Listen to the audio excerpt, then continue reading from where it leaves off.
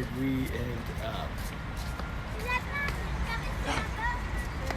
Ouh là là. Bonjour, bonjour. Ça va? Très bien. Eiffel Tower. Hi, how are you? I am Zachary Burr Abel. This little guy is Miles the monkey, and we are Monkey Miles. Thank you so much for watching this. We love doing this. Please hit that like button if you like it as well. In fact, just smash it.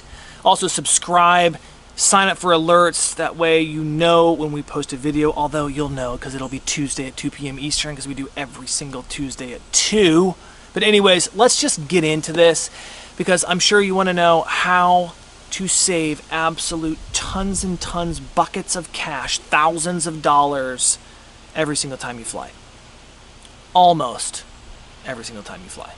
How do you do it? It's a single concept. It's one word. It is called positioning. And I'm not talking about sitting upright. We don't like to do that. We like to be flat. So this is going to be how do you save thousands of dollars? How do you make business in first class affordable? How do you get it into that price range? We are talking about positioning to actually get you to an airport that you may not have thought about flying out of that's actually fairly convenient and thousands of dollars cheaper than maybe flying out of the airport that you would traditionally think about traveling from.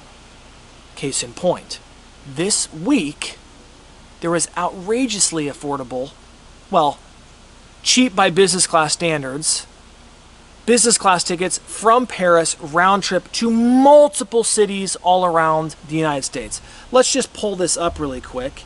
I have Google flights loaded here from Wednesday, October 16th to Sunday, October 20th. Let's just do a price comparison. Elizabeth and I travel to England quite a bit. One of the things that Elizabeth and I discovered is that if we base our round trips in and out of Europe rather than out of the United States, oftentimes we can save a ton of money, earn status, earn a ton of miles on top of it, and we're actually able to buy round trip business class flights for pretty close to what coach flights would be. So let's just take a look. If we wanted to fly round trip in business class from London to LA, it's $7,617. This is why people in their heads are like, I cannot afford to fly business class. This is outrageous, because that is outrageous. We have looked to see I have my search parameters on for One World because I want to fly on BA or American or Finnair because I want to earn Alaska miles. So I'll get into that in a second. So we see this $7,617 to Los Angeles. Sacramento is $7,061. Portland $7,951. I mean, they're outrageous. Even New York $3,665. This is buku bucks. However, what did someone discover? It wasn't me. This past week? Well, if you actually, instead of originating out of London, if you just popped over to Paris and then flew back to London to hop on those same flights back to LA, what could you do it for? Drum roll, please. $1,637. That is $6,000 cheaper. And you get to fly over to Paris. Hey, Paris. We'll walk around, have some crepes, some croissants, some pain au chocolat, whatever your heart desires. Go see how the reconstruction of Notre Dame is doing. Go see the Eiffel Tower. Enjoy your time in Paris, whether you fly in the night before or you fly in the morning of. Suddenly, you're looking at business class at $1,600. Economy fares are often $1,600. That's a pretty, I wouldn't spend that much on economy, but you see them all the time. These aren't just for 4 or 5 day trips in October either. They're across the board, basically from travel now all the way through next April, May. That is unbelievable. What is the technique? What is the principle that we're employing? Positioning.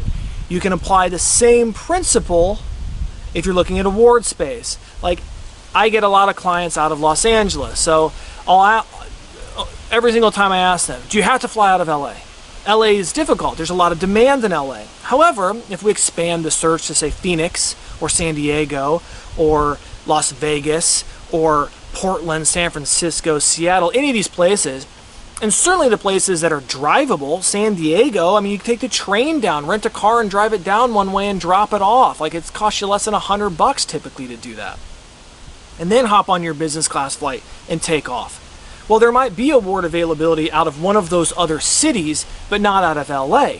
The other thing is that the long haul business class may be available, but the little short haul domestic flight that you need on United or American or Delta, that may be unavailable, but the amazing business class on their partner, that may be available. So it's like, well, just buy the little cheap $100, $200 ticket, roll that into the cost of your trip and just count that towards your budget and just say, well, hey, I can fly business class out of one of these other cities. I just have to spend a little bit of time, a little bit of money to go see those. What I often do, and I do this with my parents, I do this with my best friends, I do this with Elizabeth all the time. It's like, hey, I think it'd be interesting to see Stockholm. Would you rather fly it out of London in economy, or hey, I know we're not planning a trip to Stockholm right now, but let's just go up and spend a night. Let's just do less than 24 hours. Let's fly up in the early afternoon. We do one night in Stockholm, see it. We sort of know the area that if we come back, which we want to, where would we stay again? You know. So you do that one night there in that positioning city, and then you leave the next morning. We do this all the time. People ask me, how do you earn so many miles because you're spending so many miles? Well, I don't always use points. If you can see a flight like this for $1,600, $1,600 is quite a bit of money. I'm not knocking that, but you can also use points. If you have Chase or you have American Express, if you carry one of the Chase Sapphire Reserves or the Amex Business Platinums, those cards actually value the points that you can redeem at roughly 1.50 cents. That means a $1,500, $1,600 flight is roughly 100,000 points round trip. That's cheaper than what you would actually be able to get it for almost every single partner. It's cheaper to spend 100,000 points effectively buying the ticket than it is to transfer into like British Airways or to transfer in to one of the partners and access the award space that way. And since you're actually using the points to buy the tickets, you're earning miles on the ticket. So if you don't have the $1,400, $1,500, $1,600 sitting in your bank account to use it, but you're sitting on a bunch of points because you've used my other tips to earn a bunch of points, I'm hinting at how I earn over 500,000 miles a year. Referrals. Suddenly, you're looking and saying, well, wait a minute, I do have 100,000 points and I can straight up buy this ticket and I can earn elite miles and redeemable miles on an airline that partners with one of those tickets. I mean, it's just, that's unbelievable. And that's how we do this a bunch, is that you strategize and you say, look, like, what's my total annual budget for a lot of my travel? And how can I deploy my resources in a way that's the most strategic so that you're getting the most return on investment? It would be a waste of miles to transfer over to British Airways, which is going to charge me $75,000 for those long haul legs between LA and Heathrow in London. 75,000 points, well, that's 150,000 round trip, and on top of that, I'm going to be spending $600 each way in taxes and fees. That's like $1,200 plus 150,000 miles. When this, if I just, I know I'm going to be going back to Europe, even if it's 6 months later, you know you're going to be going back, or you want to plan 2 trips, this is a great way that you keep cycling your trips and cycling your opportunities and using your points in a really smart way. You deploy them with the most efficacy. That is really, really important. And one word will help you do this so much better. You'll find so much more reward space. You'll actually, in situations like this, be able to earn a ton more miles, and that is positioning.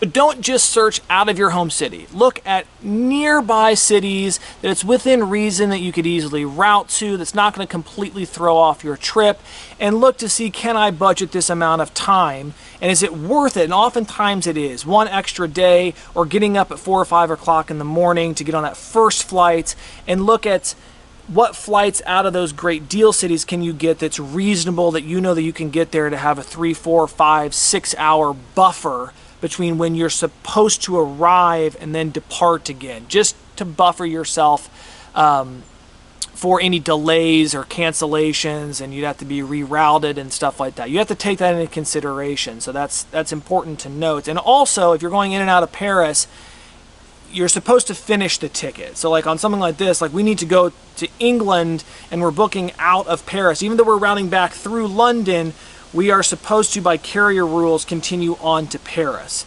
if you get off the plane, airlines can get really finicky about that. They can get tricky about it. They can penalize you. If you do it every once in a while, I don't think they're really going to crack down on you. I've certainly done it, or I've missed a connection, or it's just made more sense for me to drive rather than fly, things like that. But when you're buying it from, point A to point B to back to point A, and in the middle you go through your C connection, and C is where you actually your home base, by the carrier rules you should continue on. But certainly your bag will. So if you're looking, you're like, hey, I don't know that I'm going to be able to make that connection or whatever else, your bag that you checked will continue on. But by carrier rules, you're supposed to continue on back to that original city. But anyways, the main point, positioning, look at nearby cities, make the most value of your points, get the best deals. We are Monkey Miles. I'm Zachary Burr Abel. Miles the Monkey, thank you again. We really, really, really appreciate it. See you next Tuesday, 2 p.m. Eastern Standard Time.